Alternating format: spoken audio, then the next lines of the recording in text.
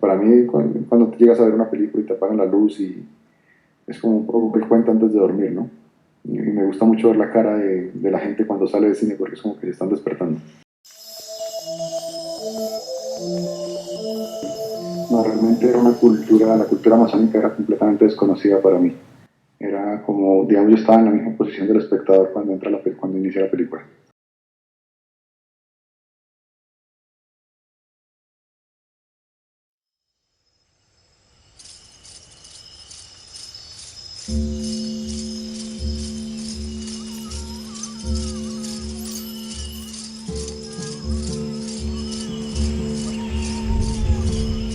Dañarandavi, Nukahenode, Iad, Pugobaitani, Renamo, Unubikaite. Era la idea de invitar al espectador a que viniera en este viaje, a que emprendiera este viaje conmigo y que fuera un viaje de descubrimiento, un viaje de conocimiento, pero pues digamos que pues el proceso de entrar en la cultura amazónica y colaborar con ellos y trabajar con su guianza fue un proceso largo, un proceso mucho más complejo de lo que yo había anticipado. Fueron 3 años y medio de investigación, de escritura y de aprender a ver el mundo de otra forma, ¿no? Para poder retratarlo desde ahí. Pero eso era un poco lo que yo estaba buscando otra manera de vivir, otra manera de ser humano.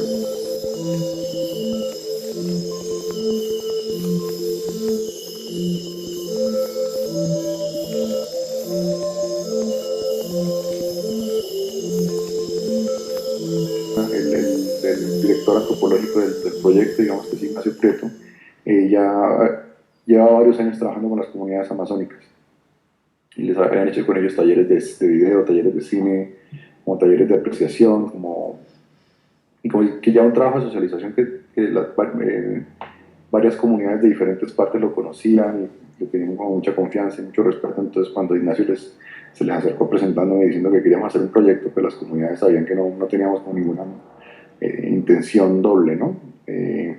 Y pues ellos pues, te piden que eso, que seas transparente a la hora de hablar, a la hora de lo que propones, pero también estaban muy contentos de que se les invitara a participar en un proyecto de esta naturaleza. Entonces, como que lo aceptaron con muchísima alegría, con muchísimo entusiasmo y se vincularon pues, a todo dar. Y mi amigo antropólogo pues conocía muy bien a los exploradores, leí varios diarios de varios exploradores, pues es realmente una cantidad interesante, pero los diarios de Koss Greenberg y de Schultes me llamaron muchísimo la atención, son muy poderosamente porque ellos fueron los primeros en referirse a las comunidades indígenas en términos humanistas. Ellos realmente trajeron una idea revolucionaria para ese momento y es que estas comunidades tenían un conocimiento, eran dueñas de un conocimiento que era válido y que lo que ellos tenían era otra manera de ver el mundo. En ese momento ellos eran vistos como seres paupérrimos, seres pobres, seres miserables, seres abandonados, almas perdidas que tenían que ser rescatadas y seres como subhumanos. Inclusive los mismos naturalistas cuando los describen en los diarios del siglo XIX, pues la descripción de los indígenas amazónicos es muy cercana a la que hacen de la danta o de las aves, ¿no? O sea, como que están describiéndolos como si fueran un poco animales. Y, y Koch Greenberg y Schultes se aproximan a ese conocimiento y nos dan una idea de que no, realmente aquí hay algo más. Aquí hay algo más, y no solo eso, sino que hay algo más de lo que nosotros como sociedad podemos aprender.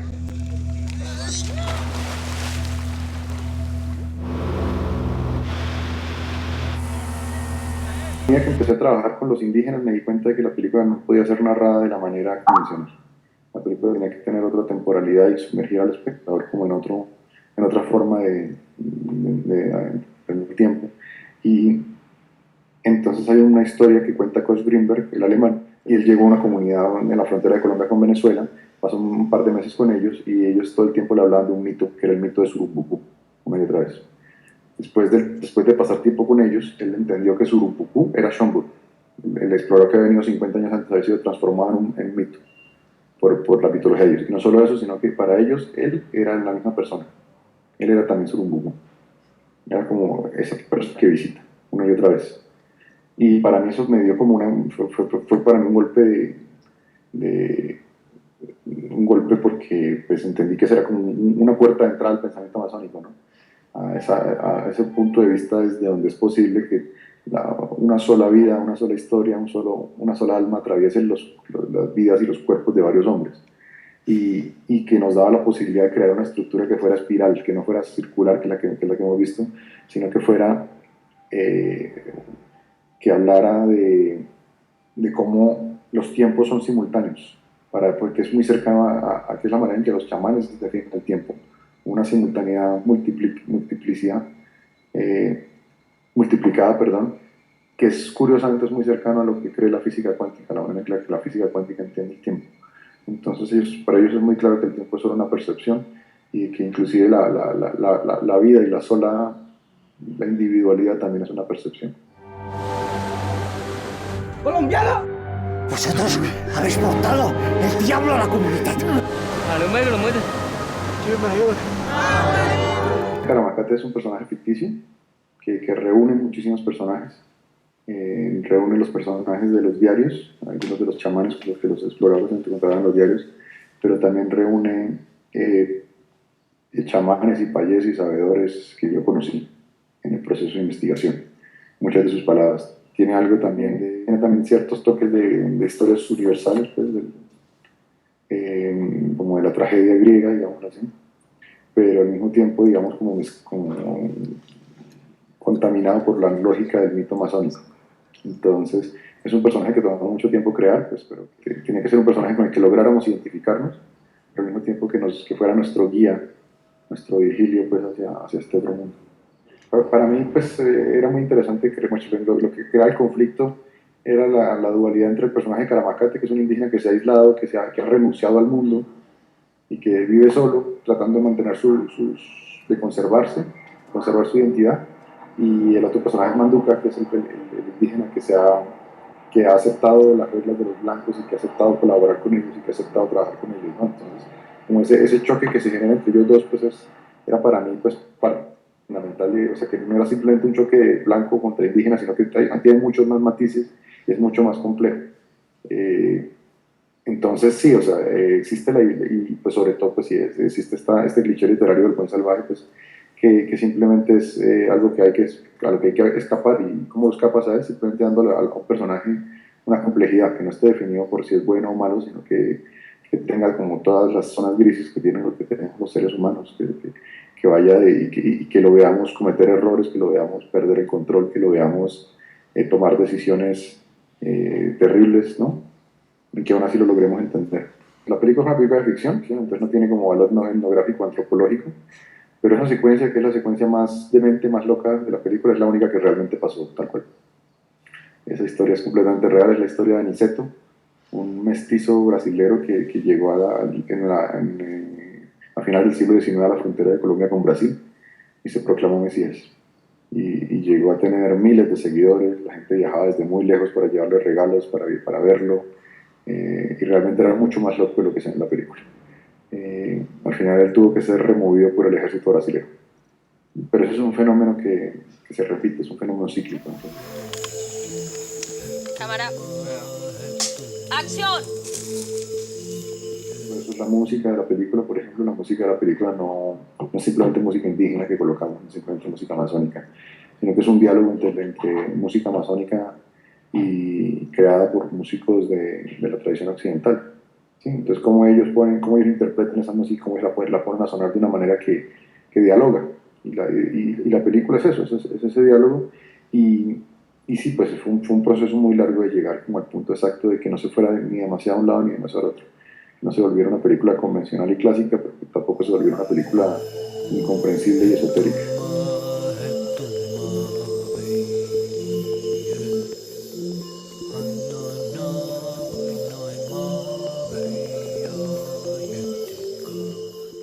No, pues creo que esta cuestión de la superioridad, de los rankings y de los establecimientos es una cuestión muy nuestra. Y los indígenas lo entienden. Lo que aprendí de ellos es que ellos no consideran que haya un conocimiento superior de nadie, sino que todo el mundo es dueño de un conocimiento y ellos toman de lo que les sirve. ¿Sí? Entonces, si tú llegas y les hablas de Jesús, yo me encontré con chamanes que me hablaban de que Jesús era un chamán, básicamente. Jesús era básicamente un chamán porque era alguien que tenía un conocimiento y que su labor era compartirlo con con un pueblo y les enseñó una forma de entender la vida y eso es lo que hace un chamán. Ellos no existen y cualquier persona puede serlo, cualquier persona puede tener este conocimiento y no tiene que ser dado por ninguna, porque es el simple hecho de ser humano el que lo implica. Y los indígenas son extremadamente abiertos a todas las ideas ajenas y a todas las cosmovisiones ajenas. El problema es cuando se les imponen encima y sienten que... pero pues ellos son muy abiertos al diálogo, mucho más abiertos al diálogo que nosotros. ¡Colombiano! Vosotros habéis portado el diablo a la comunidad. Hay muchas razones para hacer la película en blanco y negro. O sea, simplemente la verdad es que yo no la habría podido hacer de otra forma, no la vi nunca de otra forma. Y si lo hubiera hecho en color, pues tal vez hubiera preferido no hacerlo. Pero pues digamos que cuando miras el mundo de esta manera, todo es igual, no existe esta diferencia de que la naturaleza es verde y el ser humano es otra cosa. Cada ser humano, cada animal, cada gota de agua, cada piedra, cada pez está hecho del mismo material. Y eso es muy cercano a la forma que los indígenas tienen de entender el mundo. Al mismo tiempo eso te da una percepción limitada sobre el mundo. Y ellos hablan de eso, de que si tú crees que lo que ves y lo que oyes es el mundo, te equivocas, ¿no? El mundo es mucho más grande de lo que podemos sentir con nuestros sentidos, que eso es lo que la ciencia también ha comprobado, ¿no? Que se necesitaría mucho más sentidos para poder percibir todo lo que hay en el mundo. Entonces, esa idea de una percepción limitada que se expande al final, pues era la historia, pues digamos, era parte de la historia. 이 낙고 이거는 내 그림 보러 낙고 안 하면 내그 와더니 보러 문자 이거지 뭐. Sí, esa es una planta ficticia que creamos porque los chamanes y payés con los que trabajamos nos pidieron que no metiéramos plantas reales, cantos reales y nombres reales de cosas, porque esos son, ese conocimiento de esas plantas es un conocimiento que no se puede adquirir a través de una película. Es un conocimiento que es mucho más profundo y que hay que llegar de otras formas. Entonces no nos interesaba como el dato etnográfico científico, sino nos interesaba como la verdad profunda detrás de esa relación con las plantas. Entonces no nos cuesta ningún trabajo pues, aprovechar el hecho de que es ficción para eso. Lo otro que te quería decir de la Yacruna, pues sí, es que, a ver, es simplemente una representación de aquello que se busca, ¿no? Occidente siempre ha llegado al Amazonas en busca de algo. En algún momento fue la quina, luego fue el caucho, luego fue la coca para el narcotráfico y la minería. Inclusive la sola idea de que hay gente que vaya buscando una redención espiritual. Todas esas ideas son de algo que se va buscando ya. La Yacruna es simplemente una representación de eso.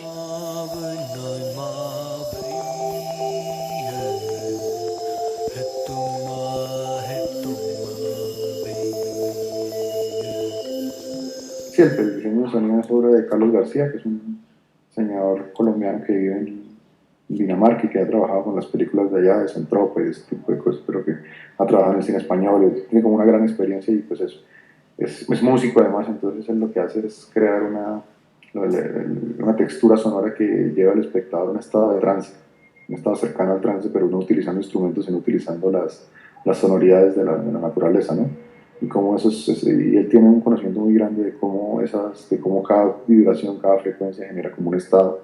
Y la idea era esa, que poner al espectador en un estado espiritual de alguna manera, un estado similar al del trance. Y bueno, pues la idea también era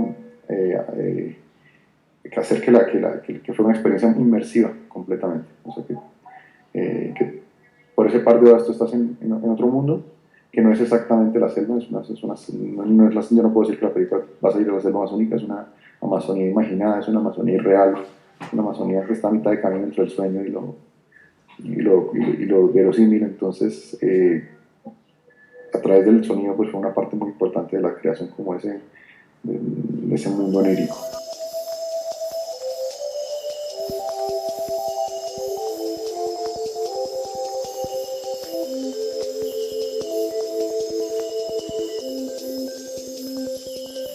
Bastante el sonido es directo, pensamos que no iba a ser necesario doblar más, pero no, realmente se logró que gran parte del sonido fuera directo porque además las actuaciones sobre todo los actores indígenas pues no era tan fácil para ellos después reproducirlas en un estudio. Entonces sí, tuvimos la fortuna de que el sonido fue grabado por Marcos Salaverría, que es un gran sonista venezolano, que logra capturar como tanto el diálogo como el sonido de la selva, pero digamos, todo ese sonido es real. O sea, y yo hace poco, cuando volví a presentar la película del Bopes, me sentaba a escuchar y yo decía, esto suena como la película. Esto realmente es el sonido de la película, solo que creado, ¿no? O sea, como aumentado, convertido en una experiencia, pero el sonido es muy cercano es curiosamente muy cercano a la realidad. Nunca he soñado, ni dormido, ni despierto. Pues a mí el sueño me interesa mucho las comunidades indígenas. Hay varias comunidades amazónicas que su primer ritual al levantarse es simplemente contarle a la persona con la que estás lo que soñaste. Eso es como lo primero que tienes que hacer en el día, ¿no? Y ellos ven el sueño como simplemente el otro lado de la realidad, tan real como este. O sea, como que hay esta otra capa de la realidad a la que solo podemos acceder de esa manera. Eh, y digamos que no tienen esa idea de que el sueño es como una fantasía o como una cosa aparte, ¿no?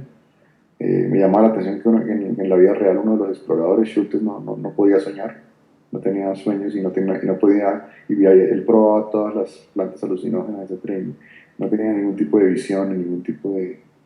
Entonces, esta idea de la importancia que unos le dan al sueño y la importancia que para otros no tienen, pues para mí fue como un punto de partida muy fértil. Y digamos que para mí el cine es eso, el cine es la máquina de sueños por excelencia.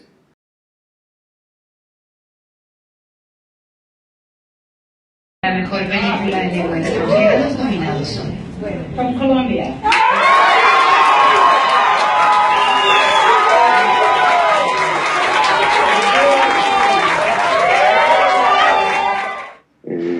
Pues realmente es simplemente una herramienta para llegarle a más gente. Hay mucha gente que no conocía la existencia de la película hasta que surgió la nominación. Y hay mucha gente que las únicas películas no habladas en inglés que ve son esas. Entonces, pues hay una cosa que trasciende todo, cualquier prejuicio que uno pueda tener, y es que el hecho de que lo importante es que la película le llegue a la gente. O sea, y de eso se trata todo. Y esta es una herramienta pues, que es muy poderosa. La utilizan la industria para promocionarse a sí misma, pero pues que nos abre este espacio para otras cinematografías. Para mí ha sido una gran sorpresa. Yo no esperaba, pues, no pensé que una película de esta naturaleza podía figurar en un lugar así, pero pues ya que está pasando, pues hay que seguir ese camino porque es el camino que la película está abriendo y el camino que la película está indicando.